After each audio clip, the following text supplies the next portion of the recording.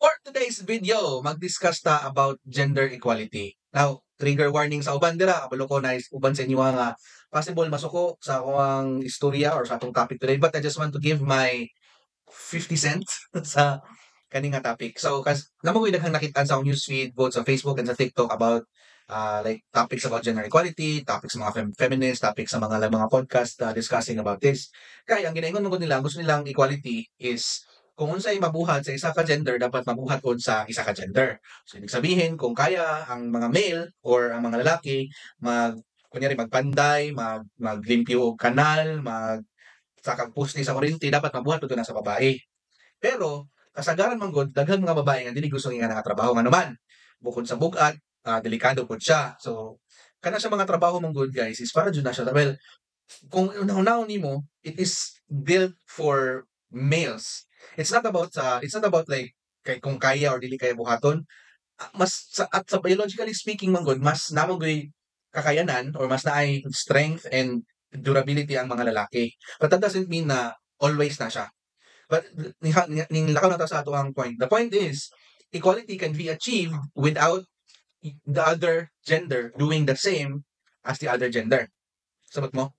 So, ang kinaisip ko sa itong mindset, ang equality is dapat kung tangkad ang isa, dapat same mo katangkad, di ba?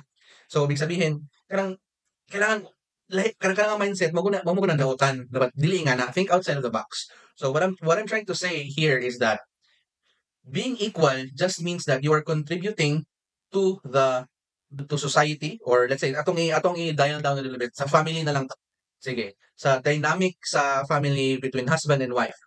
Paano man sila maging equal? So nauban na dapat na trabaho ang lalaki, dapat na trabaho ang babae para equal sila nagdala og um, kwarta sa sulod sa family. Well, yes, that is in a sense equality. Pero not all families are like that. Dili tanan na pamilya ng duha ka like ang husband ug wife or ang mama ug papa ang nagatrabaho. Okay? There are instances that the husband is the one working, but the wife is the one managing. Lahi sila, di ba? Wala ang isa ga work whole day, ang isa is naga-manage, ibig sabihin naga-manage sa kwarta, sa balay, sa mga bata, whatever. It doesn't mean na kung dili man sila same o ginabuhat, dili sila equal. They are both equal because they are actually kanang kumbaga kung puzzle para sa ba kanang haom ba kanang they are like they're working as a team. They're working as a team. Na siya kasi ko sa term niya ginabuhat na are having their backs bitaw kanang kung say weakness sa isa ginapunuan sa isa. Okay? That's what equality is all about. Sorry, agi ang anak.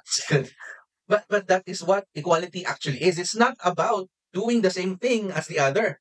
Same na siya sa kung magdula ka kunyari og ML. Mo bitong naamoy role, di ba? Na tanker, na carry, na tanker, na healer, na jungler. Lahi-lahi. Kay nga naman na. Di man pwede tangkin mo tanan. Kaya kung tangkin mo tanan mo, daog na mo. Sige daw, isipag maayo. Mabitong sa team, kailangan balance inyong team para mo daog mo or mas dali mo daog. Same sa dula, sa MMORPG. Asa ka kita og raid nga puro tanker ang nagpatay sa boss. Na tangki sa tulo ka tangki, na tulo ka tank, na 5 ka DPS, na 2 ka healer. Nga naman na siya because it's teamwork. Equal. So ibig sabihin, doesn't matter if you lahi imong ginabuhat sa inyong relationship as long as you're contributing the same effort as sa isa. Okay? So sa para sa mo dynamic sa ako ug sa akong asawa.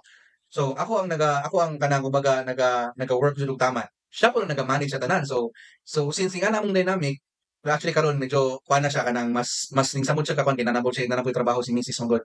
So pero ang point is although nagatrabaho ko, wala ko naga-manage sa kwarta. So wala ko gaisip kung asa gastuson, asa paliton, o si kuanon, blah blah blah whatever. So akong focus na sa trabaho. Si Mrs. nag-focus siya sa pag-manage sa kwarta. So pantay ra gihapon na mo ang dynamic, di ba? Sipagod na siya. So any like maski pa sa mga bata, mao bitaw nang usually ang manugot ta sa atong mga anak, manugot ta sa atong manghugas, manglilhig sa balay, mga anak ano man. Para nasa lay contribution kay the children is also part of the team sa balay. Dili na ibig sabihin na tungod kay anak nimo sila, dili na mo sila tagaan og responsibility sa household nimo. Oh, love nimo sila, pero tagaan nimo sila as a whole, a family, sa team. Nga na siya dapat. That is what equality is. At least for me, that's how I think about equality. Dili ka nang, oy, kailangan akong anak, kailangan kay part man siya, dapat hawd mo siya mo kuha, dapat mo trabaho sa akong trabaho.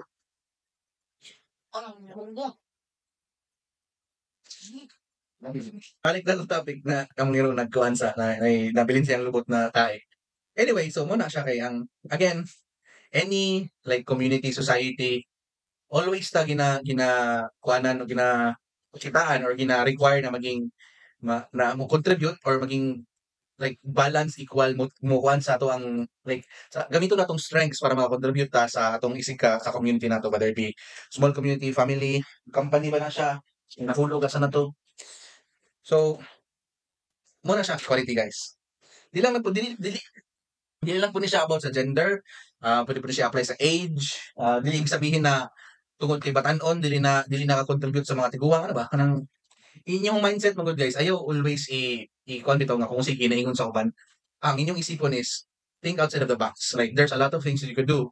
There's a lot of things that can be done so that equal ang isa ka ang panguhan sa pamuyo sa mga tao. So again, just to add to this sa gender gid siya, kung ang lalaki is mo na siya usually classic na kuan sa lalaki is sila ang protector, sila ang mo-protect sa imuha, sila ang gentleman, sila naga-provide, nagabayad sa meals, whatever ana. So ang role sa babae po is siyempre mo alaga, dapat na sila mo luto, mo ana. Mo siya ang classic na like working type husband and housewife chuchu ana.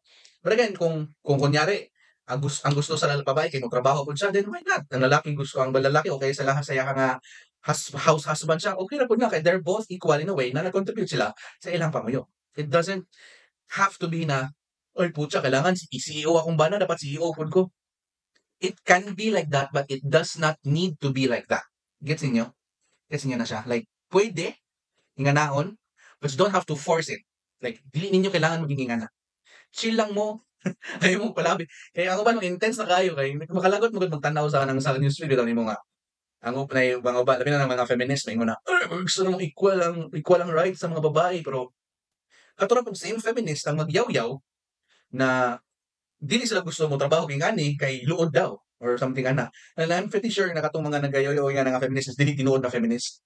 Kaya ang kabala na di ko sure ha kung sa joy meaning sa feminist. Ang kabala na ko is feminist is kanang mong ginakuha ng ang kuan sa pagiging babae ba kanang imong uphold ang essence sa pagkababae mo na siya. So feeling kay na katong mga naga-contradict ana kanang gusto nga hinuon na magtrabaho na ng babae ug mga bugat na trabaho. Mo to sila ang di na nun sila feminist, kontra nun sila sa feminism, di ba? So, ano mo kayo nagkanabalaan ng mga feminist na mga feminist na mga babae, mga feminist na okay pa nilang outlook sa kinabuhi o outlook sa dili nga na mag-isip ba pero nagkamagog mga wannabe na nga na. But anyway, moto akong 50 cent. Ganong 50 cent kay si Eminem nag-top charge na po 50 cent. Yang basta ano na siya. Anyway, moto siya kung gusto i-kuha na ng kana nga topic. So, yung taas-taas na nga video, dili na siya pwede sa reels. So, sa kuha na lang ni siyang tanto sa Facebook, sa video na lang o sa atong TikTok. But anyway guys, kung gusto mo kingani ang mga topic magstorya ra gud ta. Kung may comment ninyo. Violent reactions, go ahead. I can deal with it.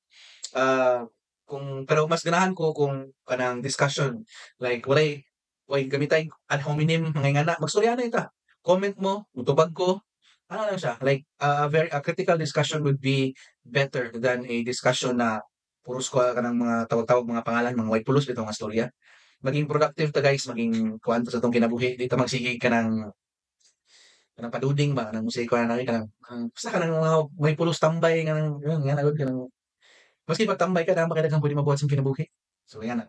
Anyway, mo na to, follow sa akong Facebook, na TikTok po, na po YouTube, and medyo inactive ta sa mga uban, pero follow lang ninyo kay akong plano diri sa Facebook siguro yung nga main content sa akong TikTok mga anime content and then sa akong YouTube akong mga gaming content siguro nako dito na ko ibutang I don't know di ko kabalo di ko sure. See you Next okay. up. On the next video mangita pa ko outro nga gwapo. Bye.